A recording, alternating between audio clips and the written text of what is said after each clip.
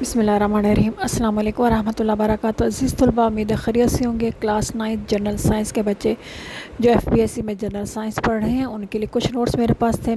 तो बहुत से लोगों की जो है ना वो फरमाइश थी कि उन्होंने मुझे मैसेज किया था कि हम उनके नोट्स अपलोड कर दो। तो मेरे पास सारे नोट्स नहीं है बेटा, जो मुझे मिले हैं मैं अपलोड कर रही हूँ। 2-3 चैप्टर्स और भी हैं, तो इंशाल्लाह ताला वो भी मैं 1-2 दिन में अपलोड कर दूँगी ताकि आप इससे फ़ायदा उठा सकें। जितना मुझसे हो सका मैं अपलोड कर सकूँगी, बाकी आप लोगों को फिर ख़ुद करने पड़ेंगे। पूरी वीडियो गौर से देखिएगा ताकि आप अच्छी तरह इसको जो है ना वो समझ सकें और आप बेहतरीन नंबर लेके पा सकें। आइए मिलकर पूरी वीडियो देखते हैं।